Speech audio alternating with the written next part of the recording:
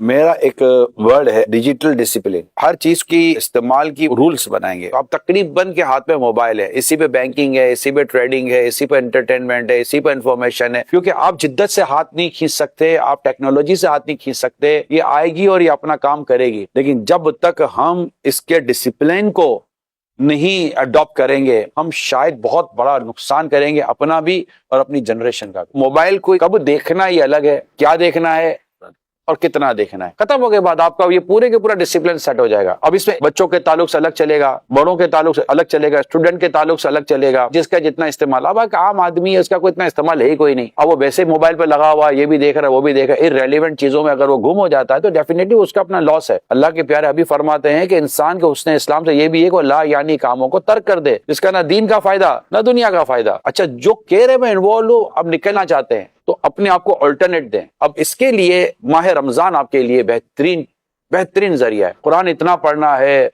درود پاک اتنے پڑھنے ہیں, کلمہ طیبہ جو اس خاص مہینے میں حدیث میں لا الہ الا اللہ کی پڑھنا. آپ سمجھ سکتے ہیں کہ اس کے بعد ٹائم ہے. دیکھیں میرے پاس 24 گھنٹے, ان کے پاس 24 گھنٹے, تو ان کے پاس کوئی 26 تھوڑی ہیں, کسی کے پاس 25 تھوڑی ہیں, کسی کے پاس 23 تھوڑی ہیں. انہی 24 گھنٹوں میں اپنا ٹائم نکالنا ہے. ہر چیز اپنے ڈسپلن کے ساتھ ہے. اسلام سکھاتا ہے ڈسپلن ہے. اسی طرح کہاں موبائل نکالنا ہے, کہاں موبائل نہیں نکالنا, کہاں پر لیپ ٹاپ کھولنا ہے, کہاں پر لیپ ٹاپ نہیں کھولنا. ہم کسی کے ساتھ بیٹھ کر بات کر رہے ہیں, میٹنگ کر رہے ہیں, اب اگلا موبائل لے کر بیٹھا ہوا ہے. یہ بتا رہا ہے کہ یا تو آپ کو مجھ میں انٹرسٹ نہیں ہے, یا آپ کی تربیت ہی عجیب و غریب قسم کی ہے کہ آپ کو یہی نہیں اندازہ کہ کسی کے ساتھ بیٹھ کر جب آپ بات کر رہے ہیں تو اس ٹائم پر موبائل کو آپ اپنی جیب میں رکھیں گے. چلو اگر آپ نے سامنے بھی رکھا ہے, آپ اس کو الٹا کر کے رکھ دیں. دیکھیں ڈیجیٹل ڈسپلن, جب ہم اس کے اصولوں توڑتے ہیں تو پانی بھی جب اپنے حد سے باہر نکلتا ہے تو تباہی لاتا ہے. ایسا ہی ہم بھی جب چیزوں کو اس کے حد سے باہر لے کے جاتے ہیں تو ہی تباہی آتی ہے نا.